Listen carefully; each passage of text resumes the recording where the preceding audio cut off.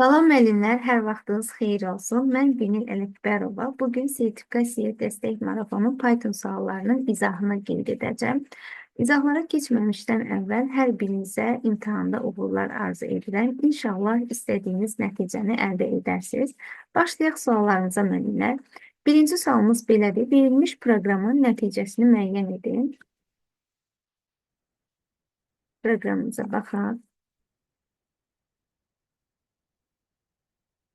Sualımız şərt operatoruna aiddir. Demək, birinci proqrama nəzər yetirsək, baxırıq ki, burada şərt operatoru var. Əgər biz bu şərti hə desək, yəni şərti ödənsə, o zaman if-in gövdəsini icra edəcək. Ondan sonra isə x-in 5 vahid artımı var, onu icra edəcək. Demək, birinci x-in qiyməti nəyə bərabərdir? 10-a bərabərdir və şərti yoxlayırıq. Deyirik ki, 10 bərabərdir 10-a. Şərt ödəndiyinə görə, hər dediyimizə görə baxırıq if-in gövdəsinə və baxırıq ki, burada x üstəgəlsin 3, yəni x-in 3 vahid artımı var. Ancaq bu x-in 3 vahid artımı x-ə mənimsədilmir. Yəni bu şəkildə deyil. X bərabər x üstəgəlsin 3. Yəni bu x-in 3 vahid artımı x-ə mənimsədilmədiyinə görə x-in dəyəri dəyişməyəcək. Yəni 10 olaraq qalacaq. Bu bir çaşdırıcı məqamdır ki, hə, əgər x 3 vahid artdı, 13 oldu, yox. Əgər x-ə mənimsədilsəydi, bəli, x-in dəyəri dəyişəcəkdi. Yəni bu şəkildə olsaydı, x-in dəyəri dəyişib 13 olacaqdı. Ona görə də x-ə mənimsədilmədiyinə görə, burada bir mənimsətmə operatoru görmədiyimizə görə x-in dəyəri 10 olaraq qalacaq. X yenə də 10-a bərabər olur və ikinci if-i yoxlayırıq. Deyirik ki, onun 2-yə bölünməsindən alınan tam hissə bərabərdir 5-ə. Onun 2-yə bölünməsindən alınan tam hissə 5-dir. 5 bərabərdir 5-ə, hə deyirik. Yenə də görürük ki, x-in 4 vahid artımı var. Bu da yenə də x bərabərdir x plus 4 şəklində deyil. Yəni x-ə mənimsədilməyib. Ona görə də yenə də x-in dəyəri dəyişməyəcək. Dəyişmədiyinə görə sonra yenə üçüncü ifi yoxlayırıq. X-in dəyəri 10-dur. Yenə də onun 2-yə bölünməsindən alınan qalıq. Deyirik, bərabərdir 1-ə. Onun 2-yə bölünməsindən alınan qalıq nəyə bərabərdir? 0-a bərabərdir. 0 bərabərdir 1-ə yox deyirik. Yox dediyimizə görə o zaman bu ifin erisini icra edəcək. Bu zaman görürük ki, x-i artıq 2 vahid artımı x-ə mənimsədilib. Demək, x-in dəyəri dəyişəcək. Çünki burada bir mənimsətmə operatoru var. X bərabərdir. X-in dəyəri 10 idi. Onun üzərinə 2 gəlirik, bərabər olur 12-yə. Artıq bu ifədə burada hə dediyimizə görə bu onun elsidir. Baxın, özü ilə eyni istiqamətdə. Bu da bizim üçün artıq burada əhəmiyyəti olmayacaq. X-in dəyəri 12 olacaq. Artıq bunu icra edəndən sonra bir də x bərabərdir. X plus 5-i icra edəcək. 12-nin üzərinə 5 gələcək, bərabər olacaq 17. Yəni burada x bərabərdir. X plus 5 if-dən heç nədən asılı deyil. Yəni sərbəst şəkildədir. Bunu hər zaman icra etməliyik. Bu birinci sualımızın cavabı bərabər oldu 17-yə. Demək, növbəti sualımıza baxaq. Cavabı olacaq B variantı. Növbəti sualımız belədir. Yəni, verilmiş proqramın nəticəsini müəyyən edin.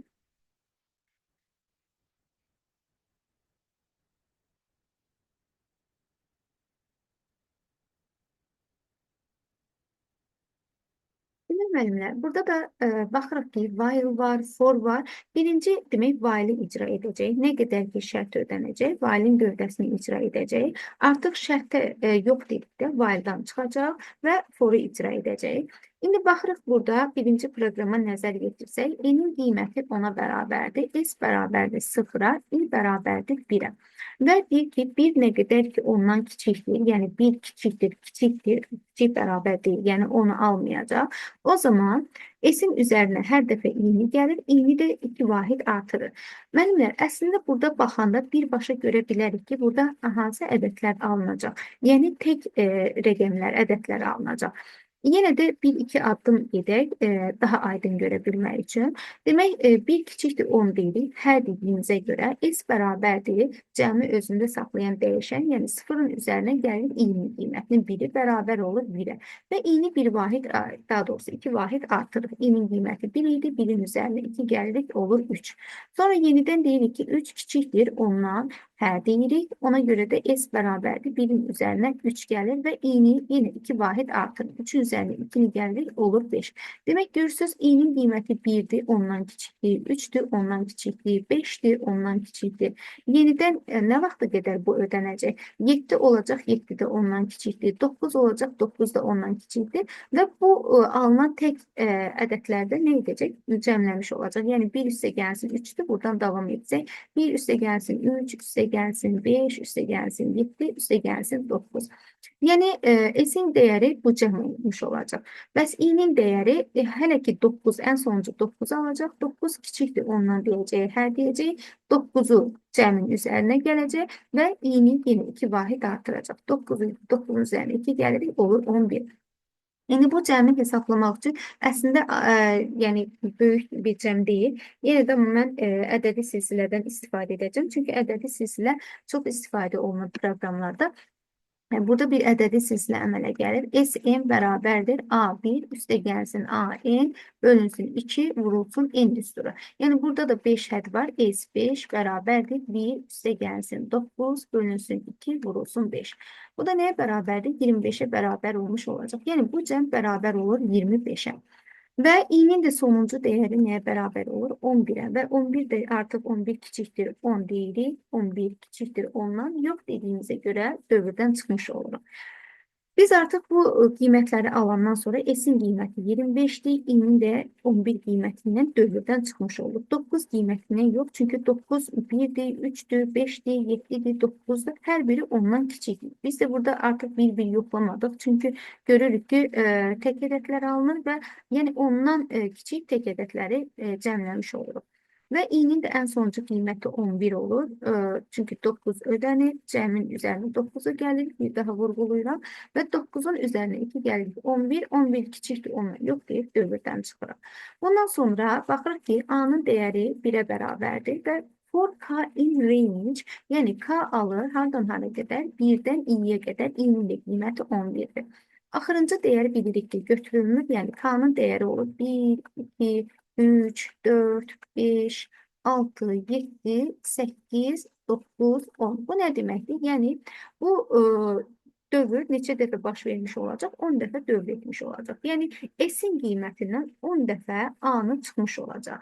S-in dəyəri nəyə bərabər idi? 25 tapmışdıq. 25-dən elə bilin ki, lap açıq şəkildə yazsaq çıxılsın 1, çıxılsın 1, çıxılsın 1, neçə dəfə? 10 dəfə. Yəni 10 dəfə 1 çıxmış olacaq. Nəticədə onu belə də yaza bilərik. Bərabərdir 25 çıxılsın 1 vurulsun 10. Bu da nəyə bərabər olmuş olacaq? 15-ə və S-in də qiyməti 15 çap olmuş olacaq. Yəni bu dövrün sayı qədər A-nı çıxır. A-nın da dəyəri 1 olduğuna görə, yəni 25-dən 10 dəfə 1 çıxır. O da bərabər olur 15-ə. Demək, ikinci sualımızın cavabı da olacaq 15. Baxsaq, A variantı. Keçdik növbəti sualımıza, üçüncü sualımıza.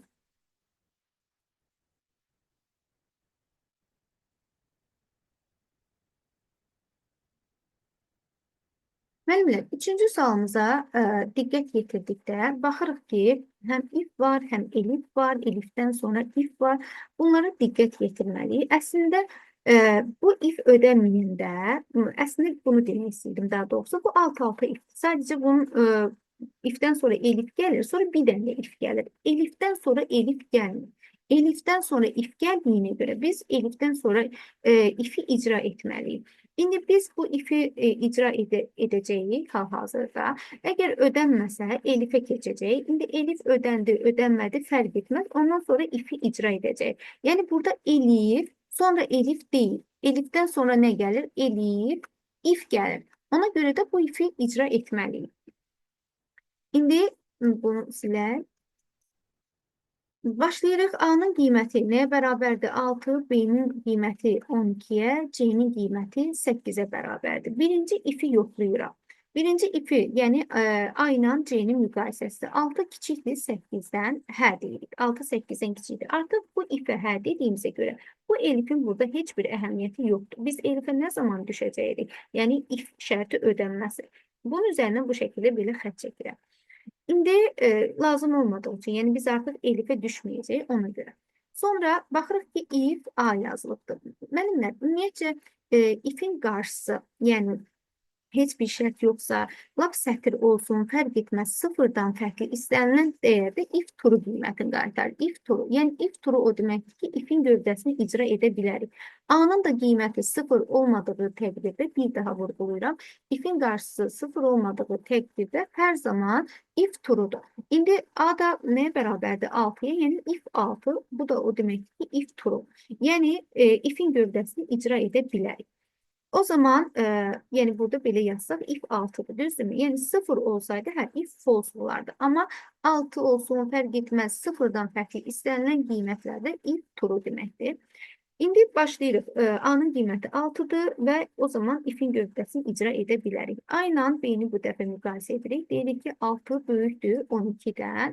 Yox deyirik. Ona görə də bu ifə də yox dediyimizə görə elifə baxa bilərik. Yenə eyni biraz öncə dediyim qayda elifə də aiddir. Bu dəfə elifin qarşısı A-nın C-yə bölünməsinə alınan qalıb. Yəni 6'nın 8'ə bölünməsinə alınan qalıb. Nəyə bərabərdir?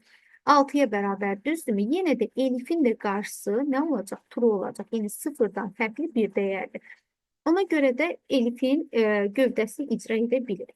A da bərabərdir. A-nın qiyməti 6 idi. 6'nın üzərinə 20'ni gəlirik. Bərabər olur 26'ya.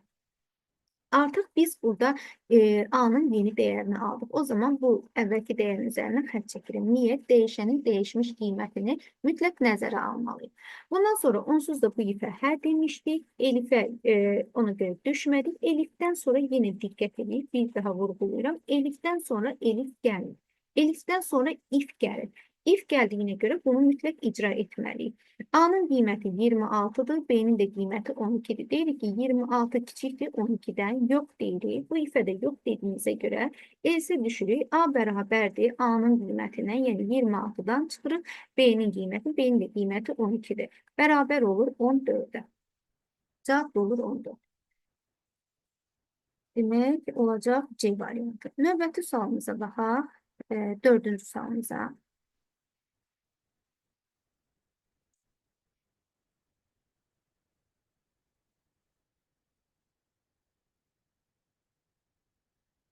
Müəllimlər, baxsaq ümumi proqrama nəzər yetirsək, baxırıq ki, FK funksiyasının qiymətini çap edəcək, amma biz FK-nın nə olduğunu, yəni bu funksiyanın qiymətinin nə olduğunu bilmirik.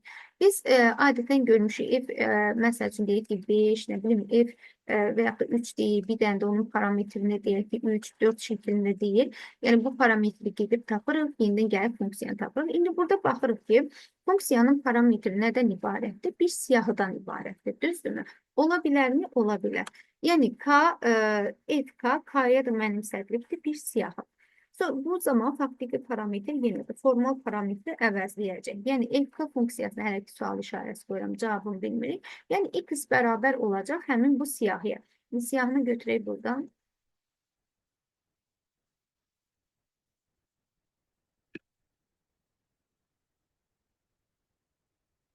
Demək, x-in qiyməti bərabər olacaq bu siyahıya.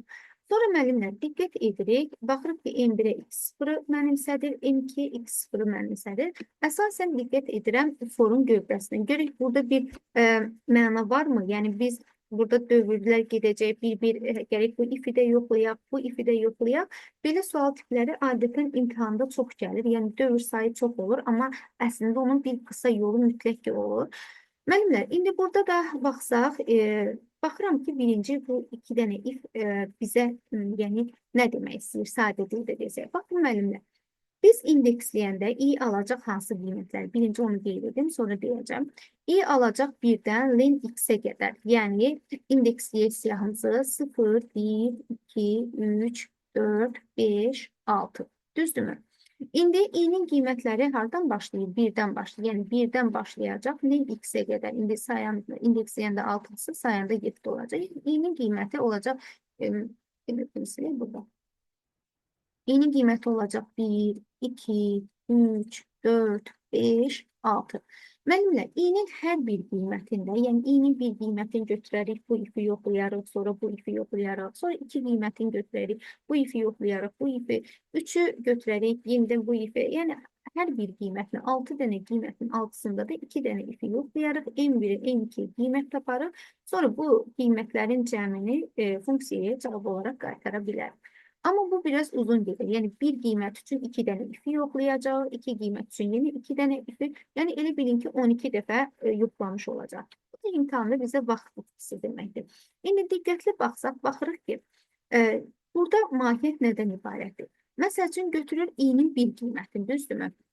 i-nin bir qiymətində və yaxud da ki 2, 3, 4 fərq etməz. Deyirik ki, x birinci üzrü sayın m-lərin qiymətini yazaq. M1-ə mənimsədir. Bunu qeyd edək. X0-ın da dəyəri nəyə bərabərdir? 7-yə.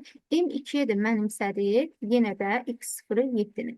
Müəllimlər, indi i bərabərdir 1 alanda dedik ki, x birinci indeksi element böyükdürsə M1-dən, yəni 7-dən, o zaman M1-ə mənimsədir həmin indeksi element. Yəni x 1-i mənimsədir. Düzdürmü?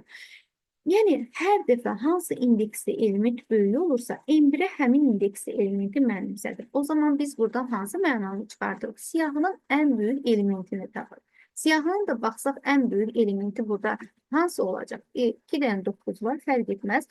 Yəni, siyahın ən böyük elementi olacaq M1 bərabərdir 9-a. Yəni, M1 qiymətini dəyişəcək. Yəni, bax, bu birinci ifin mahiyyəti ondan ibarətdir ki, siyahın ən böyük elementini tapacaq. İndi ikinci ifə baxsaq, yəni indi bunu birbaşa dedik, lap ikincini açıq yazaq. Demək, M2-nin qiyməti nəyə bərabərdir? 7-yə. Və siyahın ən kiçik, yəni 7-dən kiçik olanlar burada hansılar olacaq? Demək, -4 olacaq, bu şərtdə ödənəcək, 2-də ödənəcək, bir də -8-də ödənəcək. İndi baxın, bu qiymətləri götürsək, baxaq burada, -4 hansı indeksli elementdir? 3-cü indeksli element. X 3-cü indeksli element bərabərdir -4-ə. İndi müqayisə edirəm. Həqiqətən də görəcək ki, bu ikinci ifdə bizə siyahının ən kiçik elementini qaytarır. İndi açıq yazıram ki, aydın görə bilək. X 3-cü indeksli element -4-dür, düzdürmü? Deyə bilərsiniz ki, yenə də müəllimə, niyə -4, 2, -8-i götürdük? Çünki M2-ni böyük olanda if şərti ödənəcəkdir, düzdürmü? M2-nin qiyməti nəyə bərabərdir? 7-yə. İndi deyirəm ki, demək, 3-cü indeksli element -4. -4 kiçikdir 7-dən. Dedik ki, hə, o zaman M2-yə mənimsədir -4-dür. Bu dəfə yenidən götürəm 2-ni. 2-də hansı indeksli elementdir? 5-ci indeksli element. Demək, M5 bərabərdir nəyə? 2-yə və deyirik ki, 2 kiçikdir. Bu dəfə M2-nin qiyməti dəyişibdir, -4 olubdur. Demək, 2 kiçikdir -4-dən yox deyirik. Burada artıq if şərti ödənmədi. İndi bir də var 6-cı indeksli element. X 6-cı indeksli element bərabər nəyə? -8-ə. İndi bunları müqayisə edirik. Deyirik ki, demək, -8 kiçikdir -4-dən. Demək, 2-nin də qiyməti ən sonuncu dəyəri -4 olmuşdur. Mənfilərdə də müqayisə edəndə bilirik ki, böyüyə kiçik, kiçiyə böyük deyirik. -4 -8-dən böyük olduğuna görə hə deyəcək, yəni şərt ödənəcək. O zaman da M2-yə mənimsədəcək nəyi? -8-i. Həqiqətən də siyahının elementləri içərisində ən kiçiyi gördüyümüz kimi -8-dir. Yəni, bunu niyə bu şəkildə qeyd elədim? Biz bildiyimiz üsulla hər i-nin 1, 2, 3, 4, 5, 6 qiymətlərini hər ikisini yoxlaya bilərik. Amma biz görsək ki, birinci if ən böyük qiymət siyahının ən böyük elementini qaytarır. İkinci if də bizə ən kiçik elementini qaytarır. Demək, ən kiçik qiymətin deyə, elementin deyə fərq etməz. O zaman daha da, yəni bu dövrlərin hər birinin, i-nin hər bir qiymətini yoxlamağa ehtiyac yoxdur. Bu da bizə vaxt qazandırmış olur imtahanda, deyək ki, belə bir sual tipi gəlsə. İndi əgər birinci ifdə, yəni aldıqsa siyahın ən böyük elementi M1 oldu 9, ən kiçik elementi M2 də oldu -8. İndi funksiyaya cavab olaraq nə qaytarılır? M1 üstə gəlsin M2, yəni 9 üstə gəlsin -8. Bu da nəyə bərabərdir? 1-ə bərabər olmuş olacaq. Və funksiyaya da cavab olaraq 1 qaytarılmış olacaq. Yəni, doğru cavab olacaq 1. Baxsaq, oldu C variantı. Sonra növbəti 5-ci sualımıza baxaq. 5-ci sual tipi müəllimlər, belə deyək, məşhur sual tiplərdir. Abituriyentlərin imtahanına da düşmüşdür, test sınavlarında da çoxdur, sınavlarda da çox görmüşəm yəni. İndi baxaq, burada nə deyir? Bu sualda mahiyyətinə baxaq. Bu i dövridir, i-nin -14-dən 29 daxil olmaqla hər bir qiymətində. Deyir ki, ifadəsində, bu da bir ifadədir. Nə zaman ki, sıfıra bərabər olsa və ya sıfırdan kiçik olsa, çünki sıfırı da alır, sıfıra bərabər və sıfırdan kiçik qiymətlərində o zaman S2 vahid artır. İndi birinci ifadənin özünü yazaq. T bərabərdir. I çıxılsın 12, vurulsun I üstə gəlinsin 3. Yəni belə bir ifadədir. Hasil şəklində. Biz birinci bunun köklərini tapmalıyıq. Yəni bir təliyin ümumiyyətcə köklərini tapmaq nə deməkdir? Onun sıfıra çevirin qiymətlərini tapmaq deməkdir. Burada da hasildir. Hasil nə zaman sıfıra bərabər olur? Vuruqlardan biri sıfıra bərabər olandır. Ona görə birinci vuruğu götürürəm bir dəfə sıfıra bərabər edirəm. Demək, i bərabərdir 12. Həqiqətən 12-dən 12 çıxanda 0 olacaq. Burada da i üstə gəlsin 3 bərabərdir 0-a, i də bərabərdir -3-ə. Düzdürmü? Artıq bu ifadəni sıfıra çevirən qiymətləri tapdıq. Niyə görə tapıram? Çünki kiçikdir. T kiçikdir 0 demir. T kiçik bərabərdir 0 deyil. Yəni 0 qiymətində nəzərə almalıyam ki, i-nin hansı qiymətini burada yazanda T sıfıra çevriləcək. Demək 12 və -3. Bunları yazandan sonra ədəd oxunda bunu intervallar üsuluna yazacağıq. Ədəd oxunda bu qiymətləri qeyd edirəm. -3, 12. İndi i hardan hara qədər qiymət alır? Onları da qeyd etməliyik. -14-dən alır, təki 29 daxil olmaqdır. Düzdürmü? Demək, bu şəkildə yazandan sonra intervallar üsulundan i-ni i-yə vuranda görürəm müsbətdir. Demək, saf güc müsbət olacaq. Sonra işarələr növbələşəcək. Sonra mənfi gələcək, sonra müsbət gələcək. İndi bizə hansı aralıq lazımdır? Kiçik bərabərdir aralığı və diqqətli olsaq dedik ki, -3-ü də alır 12-də. Çünki bu qiymətlərdə t 0 alacaq. Ona görə də dolu dairə qeyd edirəm. Demək, ədəd oxunun üzərində. Bu şəkildə ki, yəni -3-dən 12-ni də götürəcəyik. Və bir də mənfi olan qiymətləri, yəni mənfi olan aralıq da haradır? Bax, bu aralıq hansı ki, mənfi yazdığım aralıqdır. Ştrixləsək, bu isə bizim şərtimizi ödəyən hissədir. İndi bunu qeyd edəndən sonra parça şəklində, -3, 12 şəklində yaza bilmərəm. Niyə? Çünki -3-ü də alır 12-ni. Bu şəkildə yazmırıq. Yazırıq -3, 12. Düzdürmü? Bu zaman da 12-dən çıxırıq -3-ü, üzərinə gəldik 1. Bu da nəyə bərabər oldu? 16. Yəni, t-nin 2 dənə sıfırı çevirən qiymətinə və demək, 14 dənə də qiymətini mənfi olacaq. Yəni, 16 dəfə S-i 2 vahid artıracaq. S də bərabərdir. S-in qiymətinə bərabərdir. 0, ilkin dəyəri yəni. Üzərinə gəlirik 16 dəfə 2. Bu da nəyə bərabər olmuş olacaq? 32-yə. Sonra növbəti sualımıza baxaq. 6-cı sualımızı qeyd edək.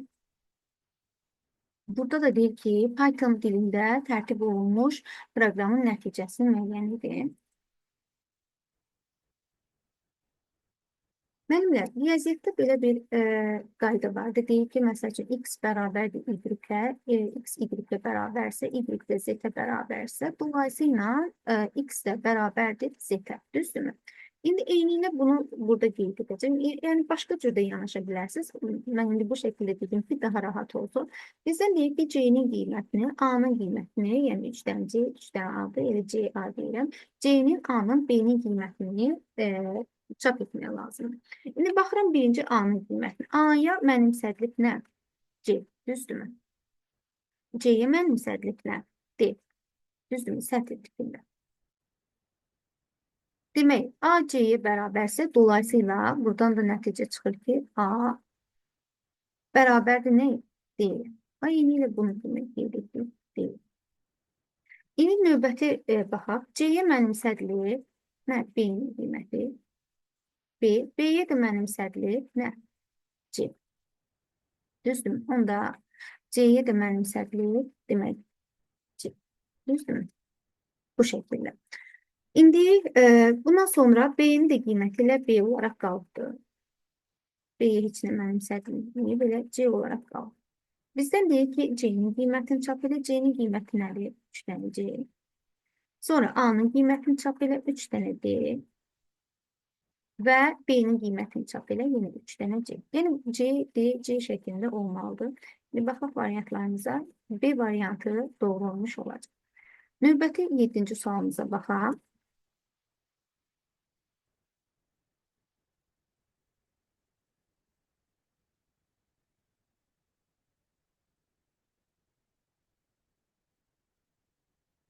Demək, müəllimlər, burada da qeyd etmişəm, klaviaturadan daxil olunan x üçün 15 kiçikdir x, o da kiçikdir 81 şərti ödənlərsə, çap olunan minimum və maksimum qiyməti müəyyən edir. X üçün hansı dəyəri aralığı demişik? 15 kiçikdir x, o da kiçikdir 81. Demək, biz çap olunan minimum və maksimum dəyəri axtarırıqsa, x üçün minimum qiyməti tapmalıyıq. Eyni ilə x üçün maksimum dəyəri tapmalıyıq. Ondan sonra, yəni ən kiçik qiymət üçün və ya minimum deyim, fərq etməz. Ən kiçik qiymət üçün bir dəfə proqramı icra edəcək, bir də ən böyük qiymət üçün proqramı bir də icra etmiş olacaq. İndi baxıram ki, 15 ilə 81-i almır. Biraz öncəki kimi açıq mötərizədir. 15 ilə 81-i almırsa, ən kiçik ədəd burada nə olacaq? 15-i almırsa 16 olacaq. Demək, x üçün 16 dəyəri ən kiçik olacaq. Bəs x üçün ən böyük dəyər nə olacaq? 81-i almırsa, 81-dən əvvəl gələn ədəd hansıdır? 80. Demək, bir dəfə 16 üçün icra edəcəyik, bir dəfə də 80 üçün. İndi yazaq, x bərabərdir 16 olduqda if şərtini yoxlayırıq. Demək, deyirik ki, 16 böyükdür 15-dən, hə deyirik. Buna hə deyən kimi, bu artıq bizə lazım olmuyor. Yəni, bu ifin elsi bizə ehtiyac yoxdur. Buna baxmır. Elə bilin ki, bu burada deyil.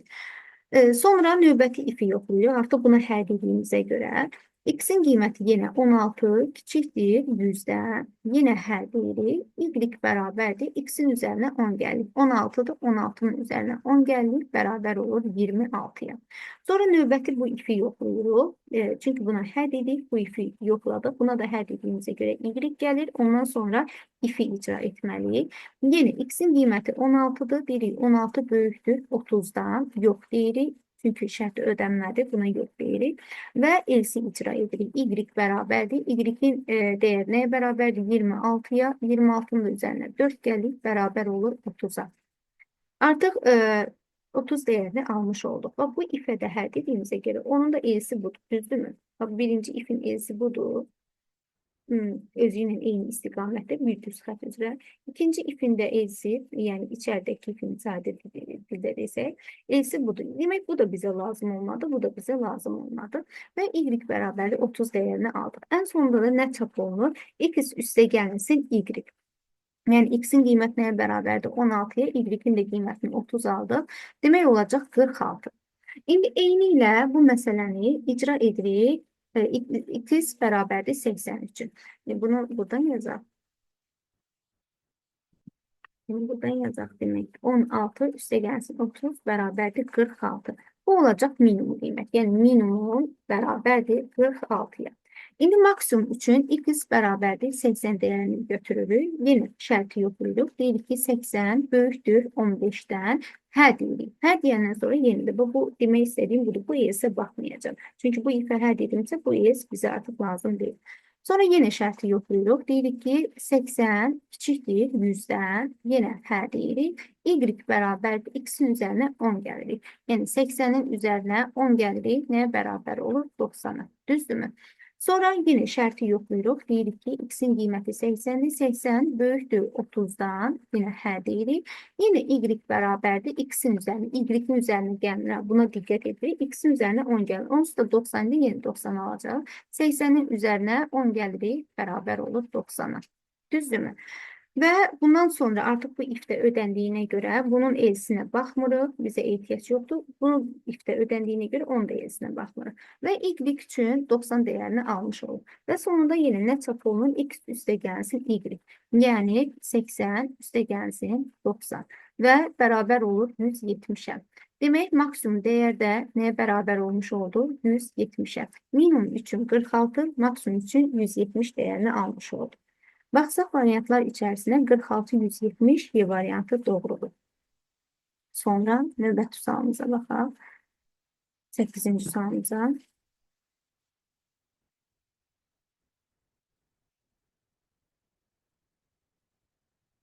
Demək, müəllimlər, 8-ci sualımızda da deyir ki, n dəyişəninin girişə verilmiş hansı qiymətində proqram çıxışa 2565 ədədini çapa verir.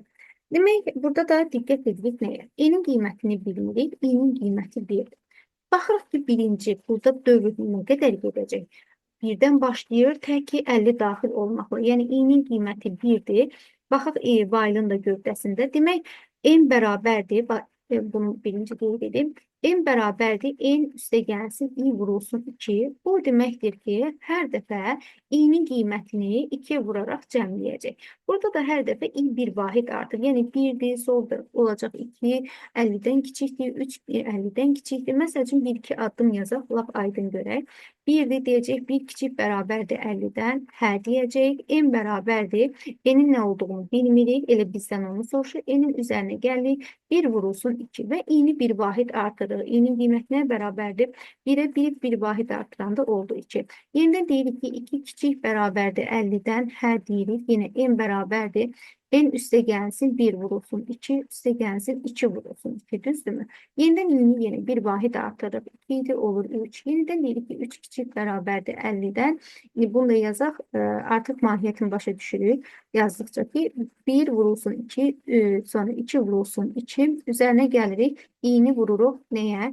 2'ye, yəni 3 vurulsun 2'ye, yeni i-ni bir vahid artırıq. 3'dür, 3'ün üzərinə 1 gəlir, olur.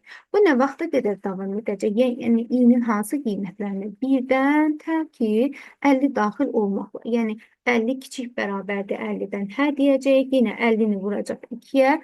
Və i-ni bir vahid artıracaq. Yəni i-nin ən sonuncu dəyəri 50-ni alır. Ona görə deyirik ki, 50 kiçik bərabərdir 50-dən. 50 kiçik bərabərdir 50-dən deyəcək, hə deyəcək və bu cəmin üzərinə nəyə gəlmiş olacaq? 50-ni vuracaq 2-yə və üzərinə gəlmiş olacaq. Yenə i-ni bir vahid artıracaq olacaq 51 və deyəcək ki, 51 kiçik bərabərdir 50-dən, yox deyib dövrdən çıxacaq. Yəni bunun əsas mahiyyəti bundan ibarətdir. Yoxsa ki, biz gərək 50 dəfə dövrün hamısını icra edək. Sadəcə 3 dənəsini icra etdim ki, mahiyyətini görə bilək. İndi baxıram ki, burada biz hər dəfə n-i, yəni n üstə gəlsin 1 vurulsun 2, i-nin bir qiyməti, sonra 2 qiymətini 2 vurulsun 2, sonra 3 vurulsun 2, nə vaxta qədər? Dedik, i hardan başlayır? 1-dən başlayır, i 50-də bitir, yəni 50 qiymətində. Daha doğrusu 51 qiymətini dövrdən çıxırıq, 50 qiymətində ödənir, çünki 50 kiçik bərabərdir 50-dən, hə deyirik. Sonra i-nin demək 3 vurulsun 2, 4 vurulsun 2, nəhayət 5 vurulsun 2, üstə gəlsin, nəhayət nə 50 vurulsun 2. Düzdürmü? 51'i götürə bilmərik. Bir daha da vurğulayıram. Şərt ödənəcək. 50'ni vuracaq 2'yə. Üzərinə gələcək. Yenə i-ni bir vahid artıracaq olacaq 51. 51 kiçik bərabərdir 50-dən, yox deyib dövrdən çıxır. Düzdürmü? Və bu cəm nəyə bərabər olur? Nəticədə deyir ki, 2565. 2565. Müəllimlə, biraz öncə ədədi silsiləni yazmışdım düsturunu, çünki o bizə dediyim kimi kömək olmuş olacaq. İndi burada baxıram ki, onsuz da ortaq vuruq kimi hər birində 2 var. Çünki hər dəfə 2'yə vurur. O zaman ortaq vuruq kimi 2'nin mötərizə xaricinə çıxara bilərik. n üstə gəlsin 2 vurulsun 1, üstə gəlsin 2, üstə gəlsin 3, üstə gəlsin 4, nəhayət üstə gəlsin nə olmuş olacaq? 50. Düzdürmü? Bərabərdir, yenə də 2565. Yəni ifadəni nəyidir? Sadələşdiririk. İndi bunu yazdıqdan sonra birinci bu cəmi tapaq. Bu cəm bizə bir ədədi silsilə verirmi? Ədədi silsilədir. Hər dəfə bir vahid artır. Ədədi silsilə əmələ gətirir. Düzdürmü? Ədədi silsiləndə, yəni 1-dən 50-yə qədər cəmləyəndə yenə yazırıq. S50, 50-dən həddi 1-dən başlayıb 50-də bitir. S50 bərabərdir A1, yəni 1 üstə gəlsin AN, sonuncu hədd 50 bölünsün 2, vurulsun 50'ye. İndi bununla bu ixtisar gedir, olur 25 və 51 vurulsun 25. Demək, 51'i də vuranda 25'i nəyə bərabər olur? 1275. Demək, bu cəmi biz aldıq 1275. Nə vasitəsilə? Ədədi silsilə vasitəsilə. Çünki burada bir silsilə yaranır və hər dəfə bir vahid artırdır. Demək, n üstə gəlsin 2 vurulsun 1275 bərabərdir 2565'e. Demək, bunu da 2'ye vuranda nəyə bərabər olacaq? M üstə gəlsin 2550 bərabərdir 2565 və n bərabərdir buradan 15'e. Demək, biz artıq n-in qiymətini tapdıq. N dəyişəni girişə verilmiş hansı qiymətində deyilir? Demək, 15 qiymətində şərtimiz ödənmiş olacaq. Yəni, n olacaq 15. Cavab da olacaq A variantı. Sonra növbəti suala baxaq. Belə bir sual tipi müəllimlər bu il MİT 2024-də də gəlmişdi. Yəni operatorlar verilmişdi, ona uyğun proqramı yazmaq lazım idi. İndi müəllimlər, burada baxsaq, deyirik ki, verilmiş proqramın fraqmentlərini elə uyğunlaşdırın ki, proqram daxil edilmiş iki müsbət ədədin əkobunu çap eləsin. Müəllimlər, ümumiyyətcə əkobu qeyd edək, deyək ki, iki ədədin əkobunu tapırıq. Demək, əkob, deyək ki, məsəl üçün olsun 15, 35, düzdürmü? İndi bu nə deməkdir? Əkob ən kiçik ortaq bölən. Yəni biz burada tapmalıyıq 15, 35-ə əkob. İndi diqqətli olsaq, 15 ilə 35-in əkobu nə olacaq? Yəni bölündüyü ən kiçik ədəd hansı olacaq? 105 olacaq, düzdürmü? 105.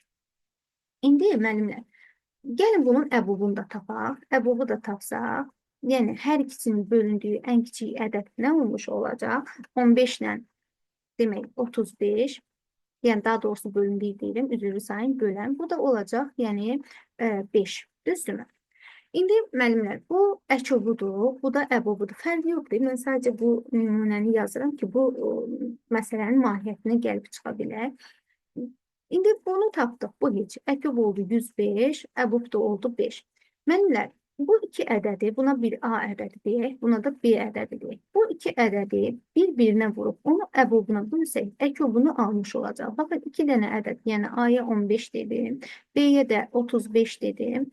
Nə edəcəyik? 15-i vuracam 35-ə, yəni A vurulsun B-yə.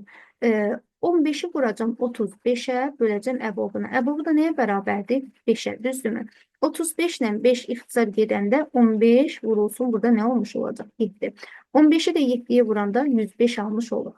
Gördüyümüz kimi, əkobu necə tapdıq? İki ədədin hasilinin əboba olan nisbəti. Yəni, iki ədədi vurduq bir-birinə, böldük əbobuna. İndi bax, bu proqramda eyni ilə bunu ifadə edir. Yəni, iki ədədi bir-birinə vurub, əbobuna böləndə bizə qaytardı nəyi? Əkobunu. İndi bunu buradan silirəm. Əgər bu mahiyyəti aydındırsa, sadəcə bir nümunə olaraq dedim ki, proqramın mahiyyətini başa düşək. Demək, ədədləri müəllimlər, gəlin bu proqramını indi quraq. Bizə deyir ki, iki müsbət ədədin əkobunu. Bax, bu həmin nümunə üzərindən gedir. A vurulsun, B böldük nəyə? Əkobuna, düzdürmü? Yəni, daha doğrusu əbobuna. Demək, əbob A, B yazır. Bax, bu eyni ilə bunun ilə bilin ki, proqramını qururuq. Yazaq. Birinci ədədləri daxil edik. A bərabərdir int, input. Düzdürmü? Sonra B bərabərdir, nə olmuş olacaq? Int, input. Bunu da daxil etdik. Bundan sonra müəllimlər, dedik axı, iki ədədin hasilini tapmalıyıq. Hasil nədir? Burada görürsünüz, P bərabərdir, A vurulsun B. A vurulsun B. İndi biz hasili tapdıq, bu aydındır. Bizə sonra nə lazımdır? Əbobu tapmaq. Əbobun proqramını çox görmüşük, yəni dəfələrlə görmüşük, hələ bəlkə də bir çoxumuz əzbər bildik. Nə deyəcəyik burada? While nə qədər ki, A fərqlidir B-dən, o zaman demək, nə yazırıq? If şərtimizə baxırıq. If A böyükdürsə B-dən, demək, A bərabərdir, A çıxılsın B. Əks halda else, əks halda, demək, B bərabərdir, B çıxılsın. B bərabərdir, B çıxılsın A. Yəni, biz burada nə almış olacaq? Əbobu almış olacaq. A bərabər olacaq əboba. Və bundan sonra nəyi yazmalıyıq? İndi bu əbobu da tapdıq burada. Onsuz da A vurulsun B hasilini P vasitəsilə tapmışıq. Əbobu da tapdıq. İndi bu A vurulsun B hasilini nəyə bölməliyik? Əboba bölməliyik, düzdürmü? O zaman yazırıq. Bunu da bir dəyişənə mənimsədəndə görürsünüz, E bərabərdir P-nin A-ya bölünməsindən alınan tam hissə. E bərabərdir P-nin A-ya bölünməsindən alınan tam hissə və E-in qiymətini çap edilir. Print 1. Gördüyünüz kimi, baxın, bir dənə bu anlayışla proqramı qura bildik. Artıq bu proqramda qurduqdan sonra bir-bir yerləşdirə bilər. Birinci demək nə gəldi? 3 gəldi. Düzdürmü? Ondan sonra gəldi 9. Elədik. Ondan sonra gəldi P hasili 10. sonra while demek 6'dadır. Sonra demek if şərti demek 8'i. Növbəti A çıxılsın, B bu olacaq 4. Sonra else, baxırıq else 2-dədir. Sonra else'in gövdəsinə baxırıq. B bərabərdir, B çıxılsın A. Yəni burada da 7 olmuş olacaq. Sonra R'i yazırıq. R hardadır? 1 burada yazırıq. Və R'dən sonra print R. Yəni çap etməlidir. R'in də çap hardadır? Demək bu 5'dir. Demək bu şəkildə düzülmüş olacaq. Burada baxaq hansına uyğun olacaq. Demək sonu 2, 7, 1, 5 ilə bitən. Baxaq. 2, 7, 1, 5 ilə bitən. Bu değil, bu değil, A değil, B değil, C değil. 2, 7, 1, 5. D variantı doğru cevap olmuş olacaq. Sonra müəllimlər 10-cu sualımıza baxaq. Yəni funksiyalara ait bir sualdır. Yine verilmiş proqramın nəticəsini müəyyən edin.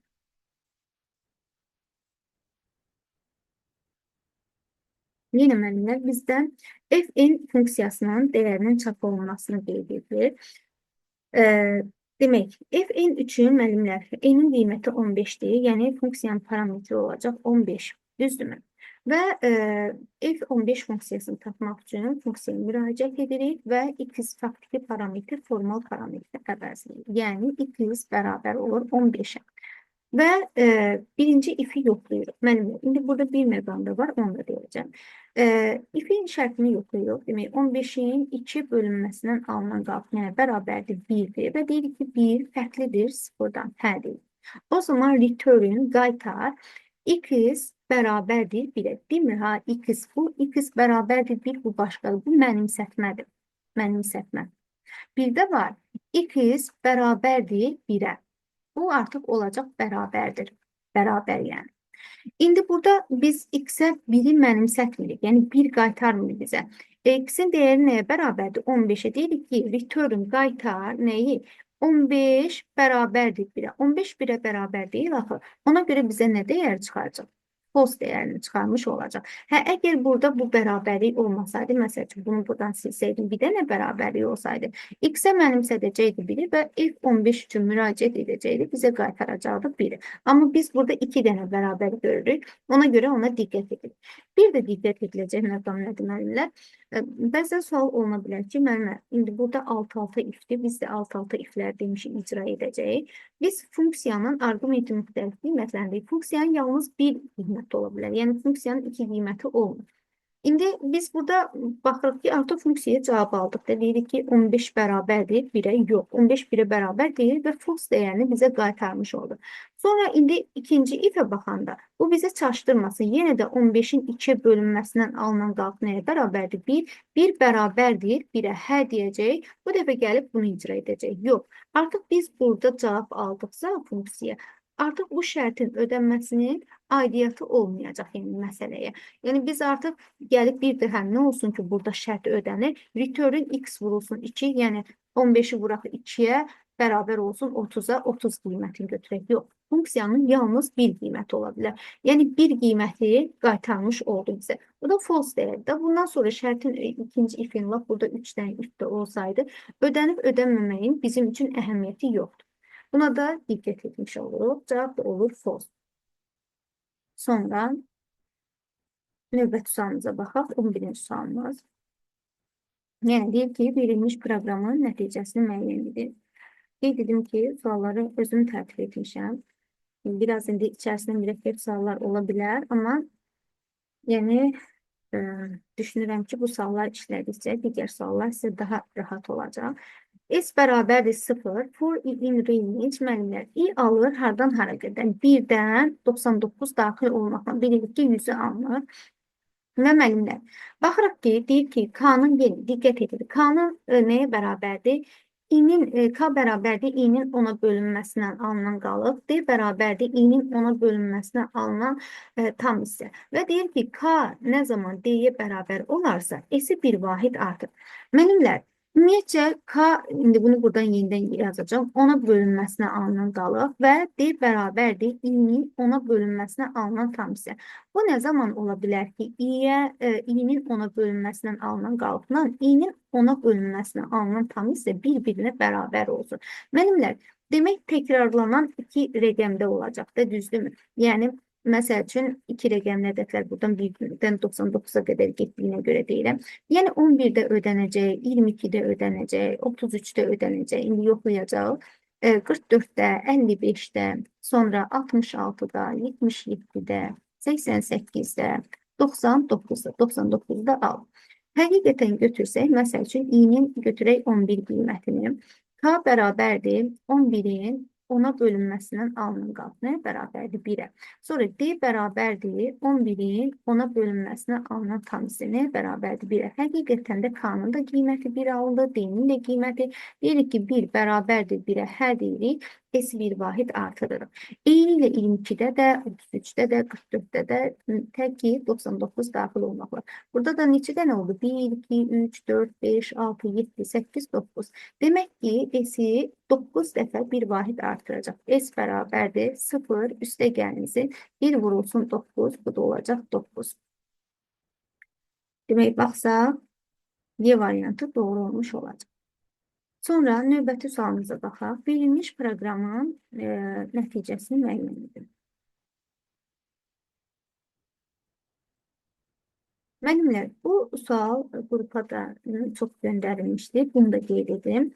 Burada da yine çaşdırıcı bir məqam var. Görürük ki, for i-in burada range deyil, yəni birbaşa müraciəti. Yəni i siyahıdan bir dəfə 4 qiymətini, bir dəfə 2 qiymətini və s. Yəni bu siyahının elementlər bir-bir elementlərini götürəcək. Bir dəfə 4, bir dəfə 2, bir dəfə 6, bir dəfə 3, bir dəfə 2, bir dəfə 6, bir dəfə 9, bir dəfə də 7.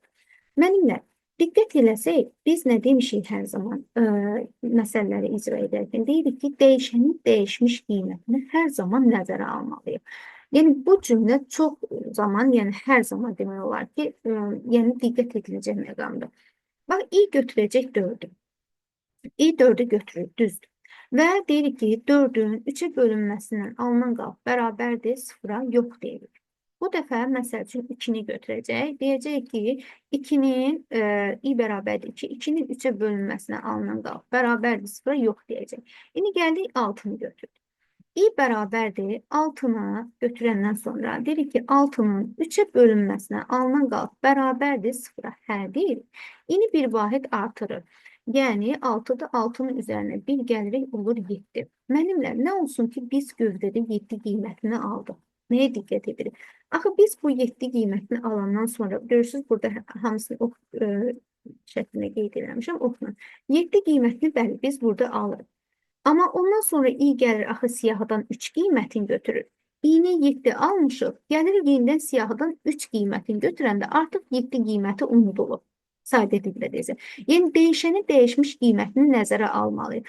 Yəni, biz burada i-yi nə alırıqsa alaq, fərq etməz. Gələcək bu dəfə siyahıdan 2-ni götürəcək, sonra 6-nı götürəcək, yəni sonra 9-u götürəcək, ən sonunda da 7-ni götürəcək. Ona görə də bu məsələdə bütün qiymətləri yoxlamağa gərək yoxdur. i-nin ən sonuncu dəyərini, yəni 7-ni götürmək yetərlidir. Bir daha vurğulayıram. Çünki, məsəl üçün, yenə lap götürək burada 9-u. Deyək ki, i-nin 9 şərti ödənəcək, düzdür? i gəlib siyahıdan götürəcək 9-u. İndi 9 üçün yoxlayacağım. i bərabərdir 9. Həmin dediyim məqamı bir daha vurğulamaq üçün deyirəm ki, 9-un 3-ə bölünməsinə alınan qalıq bərabərdir 0-a, hə deyirik. i bərabərdir 9-un üzərinə gəlir 1-i olur 10. Aldıq mı 10-u? 10 qiymətini almış. Yəni, hal-hazırda i-nin qiyməti nəyə bərabərdir? 10-a bərabərdir. Amma yenə i gəlir ən sonuncu demək, siyahıdan hansı elementi götürür? 7 qiymətini götürür və 10 qiyməti burada unudulur. Ona görə də bu məsələdə bütün qiymətləri yoxlamağa gərək yoxdur. Əgər biz bu məqamı gözdən qaçırmasaq, bir dənə i bərabərdir 7-ni götürürük və deyirik ki, ən sonuncu elementi, çünki burada nə alırıqsa alaq, yenə bir daha vurğulayırıq. Amma siyahıya müraciət edib yeni qiyməti götürən kimi buradakı qiymət unudulur. Unudulur deməyim, yəni daha anlaşılan olsun deyə bu şəkildə qeyd edirəm. Və i bərabərdir 7, deyirik ki, 7-nin 3-ə bölünməsindən alınan qalıq bərabərdir 0-a, yox deyirik. Ona görə də i-ni, yəni şərt ödənmir, yəni bu gördəni icra etmək və i-nin qiyməti, 7 qiyməti də çap olunmuş olacaq. Bu da belə bir məsələmiz. Cavab da olacaq 7. Sonra müəllimlər, demək, burada deyil, verilmiş funksiyanın təyinatını müəyyən edin. Yəni, təyinatı nədir? Demək,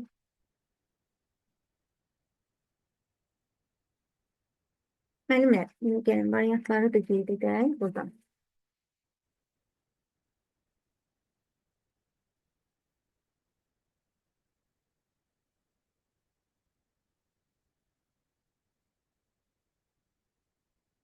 Müəllimlər, funksiyaya müraciət etdikdə görürük ki, 0, yəni n-in dəyəri 0 n-dən böyükdürsə, ümumiyyətcə 0 hansı ədədlərdən böyükdür?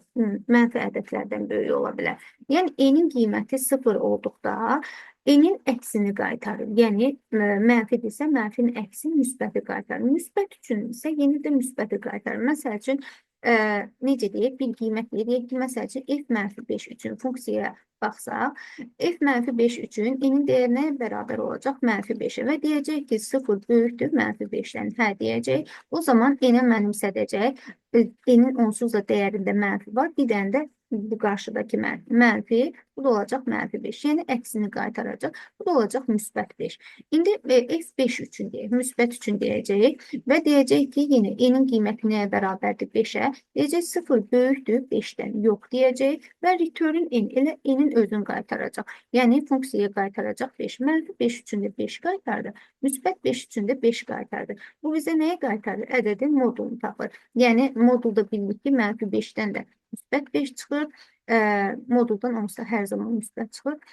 Demək, 5-dən də 5 çıxır. Demək, ədədin modulunu tapmış olur. Yəni, sadəcə qiymətlər də qeyd etdik ki, görə bilək. İndi bu məsələyə baxaq.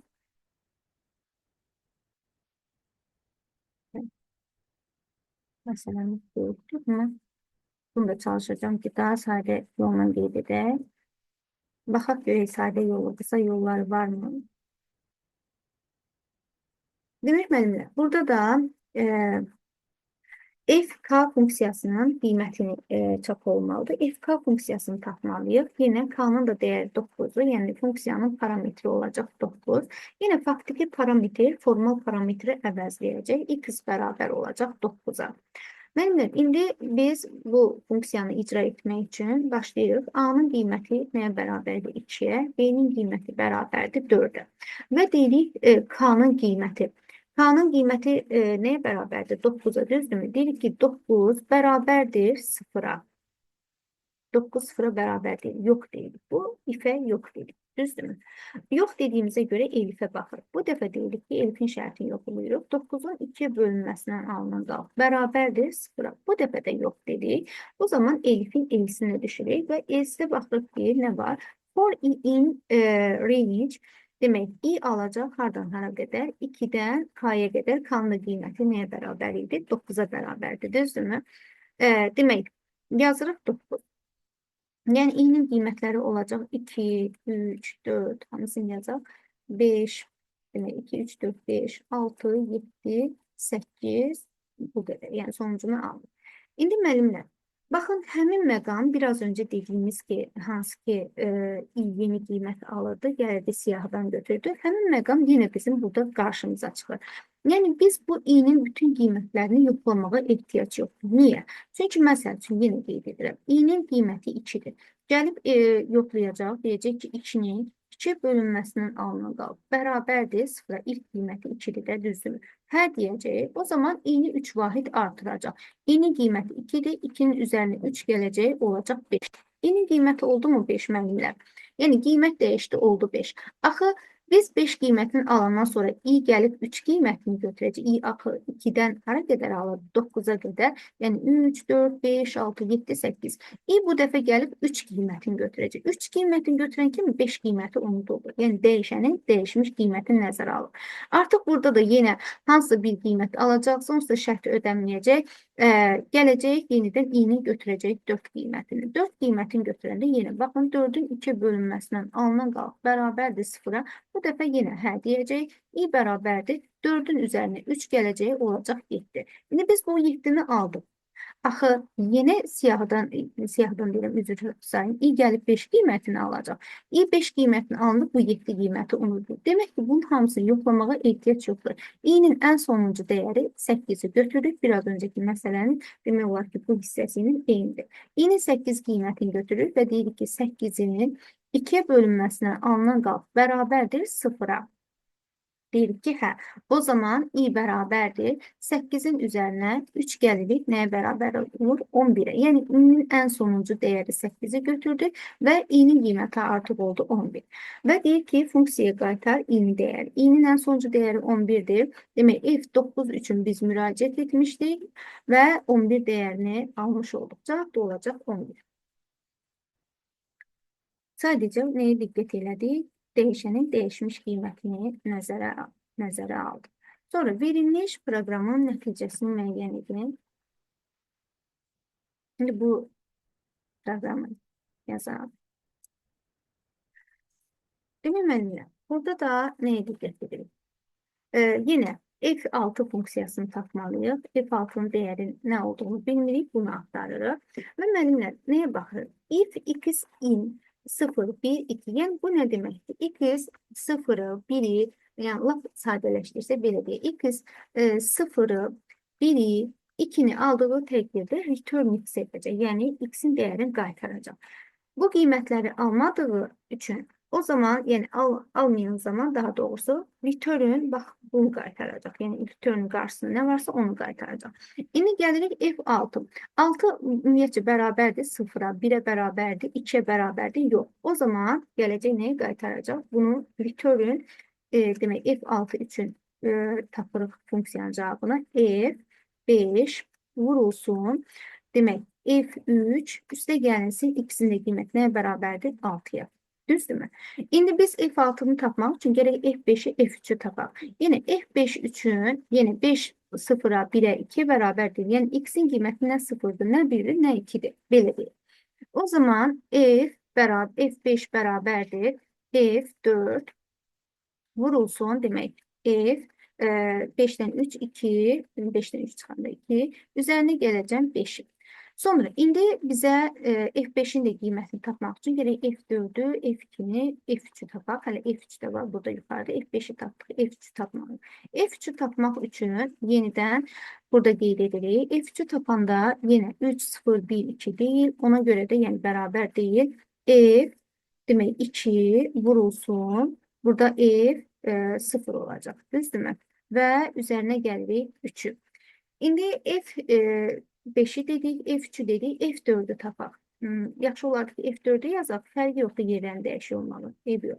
F4'ü baxırıq. F4 üçün də burada nə olmuş olacaq? Yenə F3 demək vurulsun, F1. Üzərinə də gəlirik 4. Düzdürmü? Sonra, indi baxırıq ki, yenə bizə nə məlum deyil? F2 məlum deyil. F2'ni tapmaq üçün, demək, F1 vurulsun, demək, burada F2 üçün, F2 üçün artıq tapmalı ehtiyac yox. Baxı, x-in qiyməti 0, 1, 2'dir. Burada ödənəcək. İndi burada dayanaq artıq, bunu yazmayalım. Burada dayanaq müəllimə. Demək, F4'ü, F3'ü biz buradan tapdıq, F4'ü tapdıq, F5'i. Müəllimlər, indi F2'ni tapanda, indi nəyə diqqət edirik? X-in qiyməti nəyə bərabər olacaq? 2'yə, artıq 2'yə bərabərdir. Hə, o zaman return x qaytaracaq. Yəni F2 üçün nəyi qaytaracaq? 2'ni. İndi F1 üçün bunu yazanda, F1 üçün yenə x-in qiyməti 1'ə bərabərdir. Hə, yenə return x demək, F1'ə də 1'i qaytaracaq. F0 üçün də nəyə olmuş olacaq burada? Yenidən x-in qiyməti 0'a bərabərdir. Hə, o zaman da 0'ı qaytaracaq. Demək, F1 üçün, F2 üçün, F0 üçün qiymətləri ala bilirik. İndi buradan davam edək.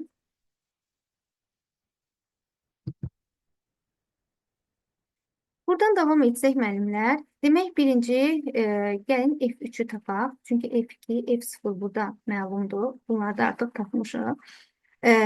Bunların sadəcə yerləri dəyişik oldu. Yəni 4 burada, F3 burada olmalıdır. Fərqi yoxdur. Yenə də qiymətləri yerinə qoyub yaza bilərik. Demək, F3 nəyə bərabərdir? F2 vurulsun F0-a. F2-nin qiyməti 2-dir. F0-ın qiyməti də 0-dır. 2-ni vurduq 0-a, üzərinə 3 gəldi, oldu 3. F3-ü tapmış olduq. Sonra indi burada F4-ə baxaq. F3-ün qiyməti 3-dür. 3-ü vururam. F1 üçün də nə almışıq? 1, üzərinə 4 gəlirəm. Nəyə bərabər oldu? 7-yə. İndi yenidən F3-ün qiyməti məlumdur, F4-ün qiyməti məlumdur. F4 nəyə bərabərdir? 7. 7 vurulsun. F2 üçün də nə tapmışıq? 2, üzərinə 5 gəldik. Bu da oldu 19. Düzdürmü? F5-i də tapdıqmı? İndi eyni ilə F5 üçün 19 tapmışıq. 19. F3 üçün nə tapmışıq? 3, üzərinə gəlirik 6. Bu da 57, 57-nin üzərinə 6 gələndə olur 63. F6 üçün biz neyi tapdıq? 63 dəyərini tapmış olduq. Cavab da olacaq 63. Sonra növbəti sualımıza baxaq. Demək, müəllimlər, belə bir sualımız var.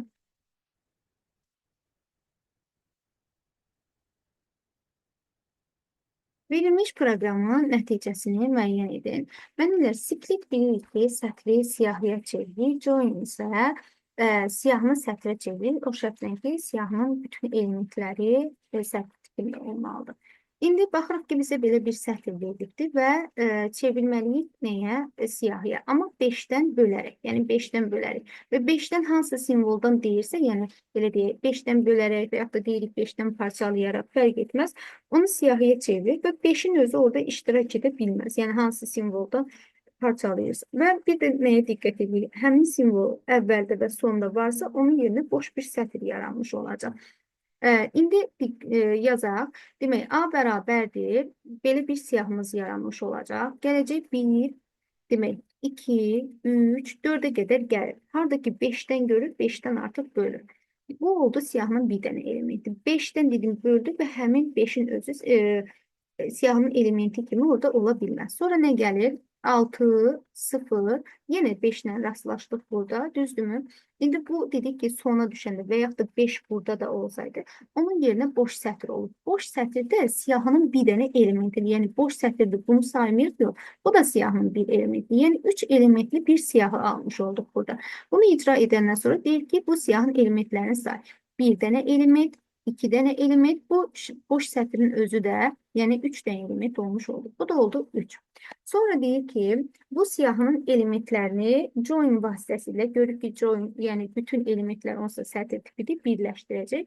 K bərabər olacaq int, yəni join vasitəsilə birləşdirəndə 1, 2, yəni bunu yazaq, sonra çevirək. Intə. 3, 4, 6, 0. Yəni bu şəkildə olmuş olacaq. Bu da int dediyinə görə çevriləcək nəyə? K bərabərdir. Yəni ədədə olacaq 123.460. Bunun da 3-ə bölünməsindən alınan tam hissə. Demək 123.460-ın demək 3-ə bölünməsindən alınan tam hissə olacaq. Demək 41.153. Bu şəkildə cavabımızı almış olacaq və K-nın da qiyməti çap olunmuş olacaq. Bir dənə burada nəyə diqqət etdik? 5-dən parçalayanda demək burada boş sətr olur və o boş sətirdə siyahının bir elementidir. Demək, bu da oldu 41.153 Y variantı. Növbəti sualımıza baxaq müəllimlər. 17-ci sualımızı.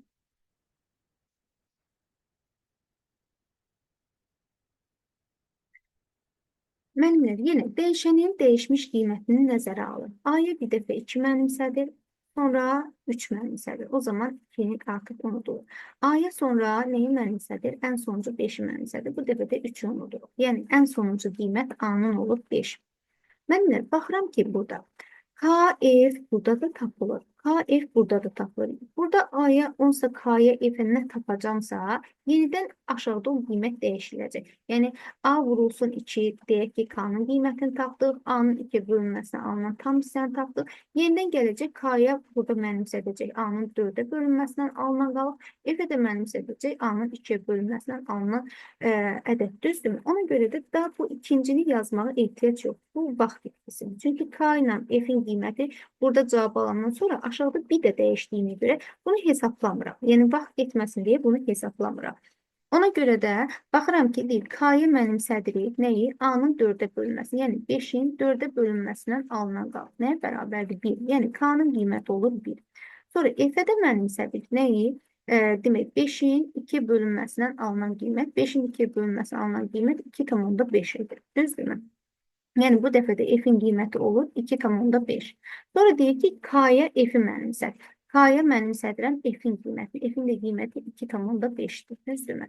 Sonra deyir ki, f-ə mənimsət k-nın qiymətini alt-alta yan-yana demək, mənimsətmə olmadığına görə, alt-alta olduğuna görə yeni qiyməti nəzərə alaq. Yəni k-ya mənimsətdim f-in qiymətini 2,5-i. F-ə də mənimsədirəm K-nın qiymətini. Artıq K-nın yeni qiyməti nədir? 2,5. Bu da oldu 2,5. Və deyir ki, çap elə F ilə K-nın cəmini. 2,5 üstə gəlsin 2,5. Bu da nəyə bərabər olacaq? 5-ə bərabər olmuş olacaq.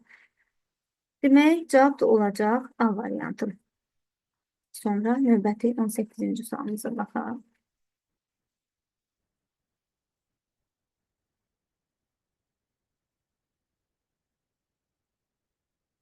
Demək, müəllimlər, burada i alacaq hansı qiymətləri? 1-i, 2-ni, 3-ü, 4-ü, 5-i, 6-nı, 7-ni, 8-i. Müəllimlər, bu sualın da mahiyyətinə baxsaq, bunu da qısa yolla getmək olar. Necə? Yəni, i-nin hansı ki, cüt qiymətlərinə, çünki i-nin 2-yə bölünməsindən alınan qal 0-a bərabər deyəndə, s-i 2 vahid artırır və kontinuumdan belə deyək, daha da sadələşdirilmiş dillə desək, kontinuumla rastlaşanda s bərabərdir. Artıq kontinuumdan sonra yəni dövrdə hansı operator varsa onu icra etmir. Kontinuumdan sonra nə var? S-in 4 vahid artımı var. Yəni nə zaman ki if şərti ödənəcək, S-i 2 vahid artıracaq, kontinuumu görəcək və ondan sonra kontinuumdan sonra S bərabərdir. S-in 4 vahid artımını icra etməyəcək. Amma hansı ki demək, ifin ödənmədiyi, yəni tək qiymətlərində o zaman S-i 4 vahid artıracaq, çünki kontinuumla rastlaşmayacaq. Yəni, yox deyəcək, kontinuum ifin gövdəsindədir. Yəni, o zaman o deməkdir ki, if şərti ödənməlidir ki, S-i 2 vahid artırsın, ondan sonra kontinuum və o zaman S bərabərdir. S plus 4-ü icra etməyəcək. Qısaca belə yekun şəkildə desək, yəni if şərti ödəndikdə S2 vahid artıracaq, S bərabərdir, S plus 4 icra olunmayacaq. Niyə icra olunmadı? Çünki burada kontinuumla rastlaşır və kontinuum özündən sonra olan operatorları icra etmir. Ya bunu bir-bir yoxlamaq olar. Hə, biri götürərik, 2-ni 8 dəfə dövr edərik. Yenə deyirəm, bu vaxt itkisidir. Götürürük hansı qiymətlər? Bu nə zaman ödənəcək? Cüt qiymətlərini, yəni i-nin 2-yə bölünməsinə alınan qal 0-a bərabərsə, demək cüt qiymətlərini 2-də, 4-də, 6-da, 8-də 4 dəfə ödənəcək. Yəni bunları yazaq, i-nin ödəndiyi qiymətlər, yəni if şərtinin ödəndiyi qiymətlər oldu 2, 4, 6, 8. 4 dəfə demək dövr edəcək. 4 dəfə müəllimlər S-in üzərinə 2 gələcəm. Yəni 0 üstə gəlsin, 4 vurulsun 2. Nəyə bərabər olmuş olacaq? 8-ə. Və 4 dəfə də kontinuumla rastlaşdığımıza görə bu i-nin 2, 4, 6, 8 qiymətlərində S-in 4 vahid artımını icra etməyəcək. İndi biz bunların üzərinə xətt çəkək. 2, 4, 6, 8 qiymətlərində. Bizdə qaldı nə? I-nin 1, 3, 5, 7 qiymətlərində isə S-i axı buna yox deyəcək. Çünki 1 qiymətində də, 3 qiymətində də, 5 qiymətində də, 7 qiymətində də if şərti ödənməyəcək. If şərti ödənmədikdə dolayısıyla kontinuumda icra etməyəcək. O zaman S bərabərdir. S-in 4 vahid artımını icra edə bilərik. S bərabərdir. S-in sonucu dəyər nəyə bərabər olur? 8-ə. 8-in də üzərinə 4 dəfə 4-ü gəlmiş olub. Bu da bərabər olur 24-ə. Yəni, bu i-nin hər bir qiymətini yoxlamadan qısa yolla bu məsələnin izahıdır.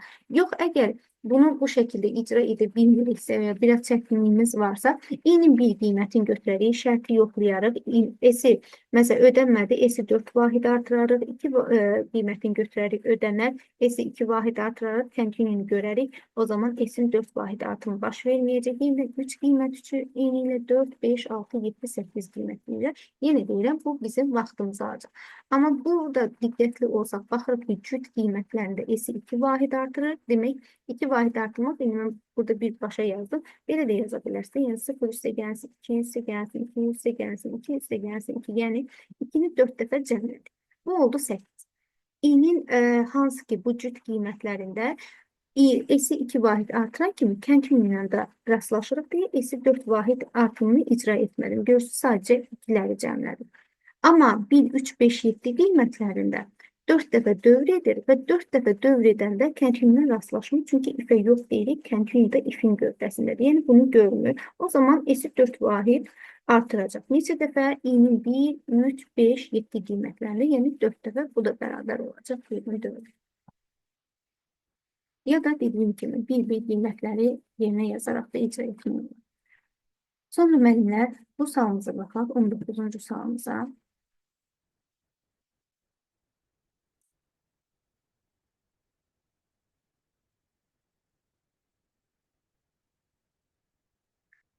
Demək müəllimlər, 19-cu sualımıza baxsaq, deyir ki, proqramın icrası zamanı klaviaturadan arada gördüyünüz kimi boşluqla daxil edildi. 8, 0, 4, 3, 2, 1, 6 daxil edilərsə, nəticəni müəyyən edin. Biz bilirik ki, bir dəyişənə mənimsədiləndə input split həmin daxil edilmiş verilənlərdən ibarət bir siyahı yaradır. Yəni, siyahımız bu şəkildə olur. 8, sonra 0, sonra 4, 3, 2, 1, 6. Yəni, bu oldu bizim siyahımız. Bu niyə belə oldu? Input split bir dəyişənə mənimsədirdi. Və o zaman həmin bu klaviaturadan daxil etdiyimiz verilənlərdən ibarət bir siyahı yaranmış olur. Sonra bizim bir boş siyahımız var. B, hələ ki açıq nöqtəzəni yazacağıq. Və deyir ki, for I in range len I, yəni 1, 2, 3, 4, 5, 6, 7. Yəni, indeksləyəcək, I alacaq hardan hara qədər? 0-dan 6-ya qədər. Yəni, I-nin qiymətləri olacaq. I-nin qiymətləri olacaq 0-dan 6-ya qədər. Yəni, 0, 1, 2, 3, 4, 5, bir də 1, 2, 3, 4, 5, 6, 7 demək olacaq 0-dan 6-ya qədər. Bu da o deməkdir ki, I-ni siyahını indeksləyəcək 0, 1, 2, 3, 4, 5, 6. İndi mənimlə nəyə diqqət edeyim? Deyir ki, i-nin hər bir qiymətini, yəni i-nin 0 qiymətində, 1, 2, 3, 4, 5, 6 qiymətində həmin indeksli elementə mənimsət onun int tipini. Yəni, məsəl üçün, i alır, i alır demək 0 qiymətini və deyirik ki, A0-cı indeksli elementə mənimsət int A0-ı. Demək A0. Yəni, bu nə deməkdir? A0-cı indeksli elementim nədir? Sətr tipində 8-dir. Ona mənimsədəcəm. int tipində 8. Sonra 1-i alanda yenə birinci indeksli elementə mənimsədəcəm. int tipində 1-i.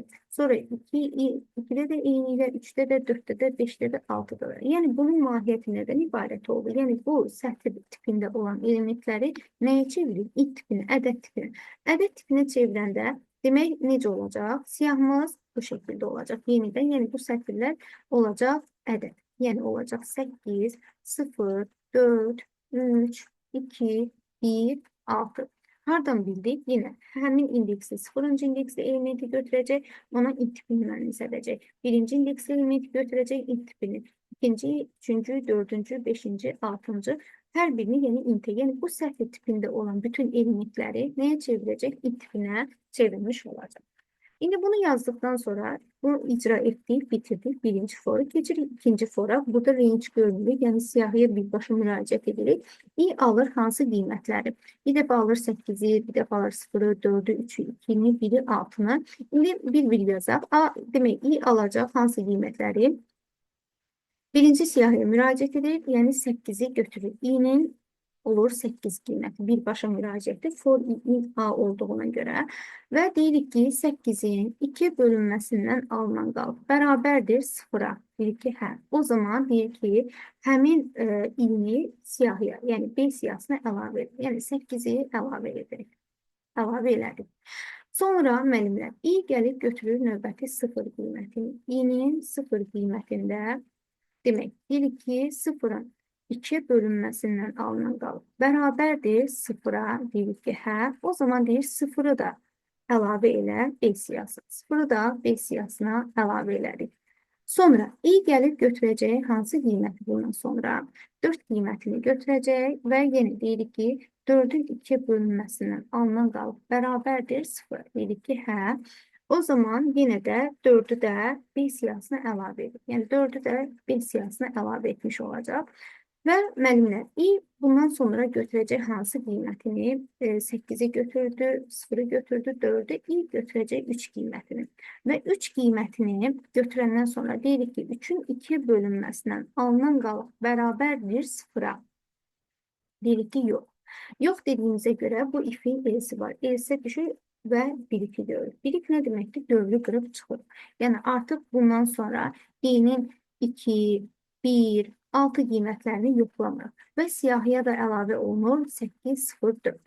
Yəni cavab olur B siyahısına 8, 0, 4. İndi müəllimlər, mən bunu bir-bir yoxladım ki, mahiyyəti anlaşılan olsun. Amma biz buradan da görə bilərik ki, bunun üzərində işlədik. Yenidən gətirək məsələmizi.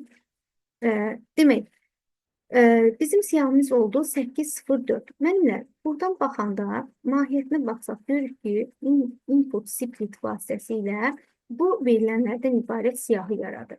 Bu for vasitəsilə həmin siyahının elementlərini, indi bunun üzərinə gətirdim. Bizə görə yenidən qayda. Bu həmin siyahının elementlərini nəyə çevirir? Int tipinə çevirir. Yəni siyahımız olur bu şəkildə. Və ikinci fora baxsaq, hansı ki cüt qiymətləri götürəcək? Cütlərdə görürsünüz ardıcıl gedir. 8, 0, 4. Onda siyahıya əlavə edəcək. Artıq təklə rastlaşanda bilik, yəni dövrü qıracaq. Bundan sonra digər qiymətləri, yəni dövrdən artıq çıxırıq. Yoxlamağa ehtiyac yoxdur. Yəni 8, 0, 4 siyahıya əlavə olmuş olacaq. Bu da olacaq bir variant. Nəhayət 20-ci sualımıza baxaq.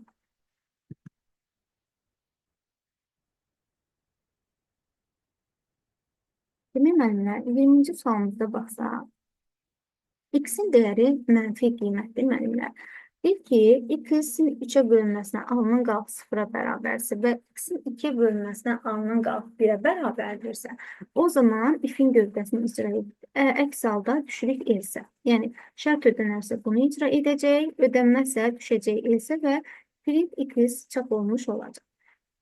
İndi müəllimlər, burada mənfi dəyər olduğuna görə istər mənfi olsun, istər müsbət olsun, yəni 3-ə bölünməsinə alınan qalıq 0-a bərabər olacaq. Çünki 9 mənfi 9-a, müsbət 9-a 3-ə bölünür, ona görə də 0 götürəcək. Yəni mənfi 9-un 3-ə bölünməsinə alınan qalıq bərabərdir 0-a. Hə, istər müsbət olsun, istər mənfi olsun, bölünürsə, yəni qalıq qalmırsa, bu olmuş olacaq 0. Yəni qalıq olacaq 0, deyəcək 0 bərabərdir 0-a. Dedik ki, hə, bu true qiymətini qaytardı, düzdür. Sonra and, baxırıq ki, x-in 2-yə bölünməsindən alınan qalıq 1-ə bərabərdir. Mənimlə mənfi 9-un 2-yə bölünməsinə alınan qalığı tapmaq üçün ümumiyyətcə necə yazırıq? 9-u 2-yə böləndə qalıq adi heç mənfisiz düşünün. 9-u 2-yə böləndə qalıq nəyə bərabərdir?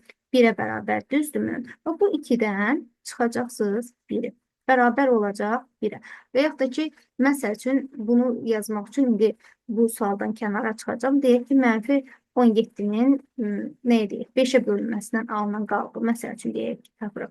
17-nin 5-ə bölünməsindən alınan qalıq nəyə bərabərdir? 2-yə bərabərdir. 5-dən çıxacaq 2-nin bərabər olacaq 3-ün. Yəni bu 5-dən çıxacaq aldığımız qalıq. Belə rahat üsulla tapa bilərsiniz.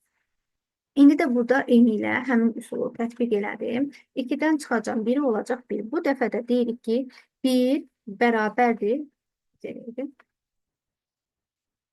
Demək, 1 bərabərdir 1-ə. Burada da true olacaq. True, true. Bilirik ki, ətdə nə olmalıdır? Hər iki tərəf true olmalıdır ki, bizə true dəyərini qaytarsın. If true da olduğuna görə, artıq if-in gövdəsini icra edə bilərik. Bu zaman baxırıq ki, gövdədə yeni nə var? If ABS də bilir ki, moduldur. Yəni, mənfi 9-un moduldan bilir ki, 9 çıxır və deyirik ki, 9 böyük bərabərdir 1-dən and 9 kiçik bərabərdir 10-dan. Burada da şərt ödənilir, burada da true'dur. 9 1-dən böyükdür, yəni böyük bərabərdir. 9 kiçik bərabərdir 10-dan, burada da true olduğuna görə yenə bizə true dəyəri qaytarır və deyir ki, o zaman çap elə x üstə gəlsin 1. Mənfi 9-un da üzərinə 1 gələndə mənfi 8 çap olunmuş olacaq. Bu da bizim 20-ci sualımızın izahı mənimlə. İnşallah bunun sizə faydası olar. Yenə də hansı qaranlıq qalan məqam varsa, hansı anlaşılmayan bir məqam varsa, şərh bölməsinə yaza bilərsiniz, cavablandıracağım. Sağ olun.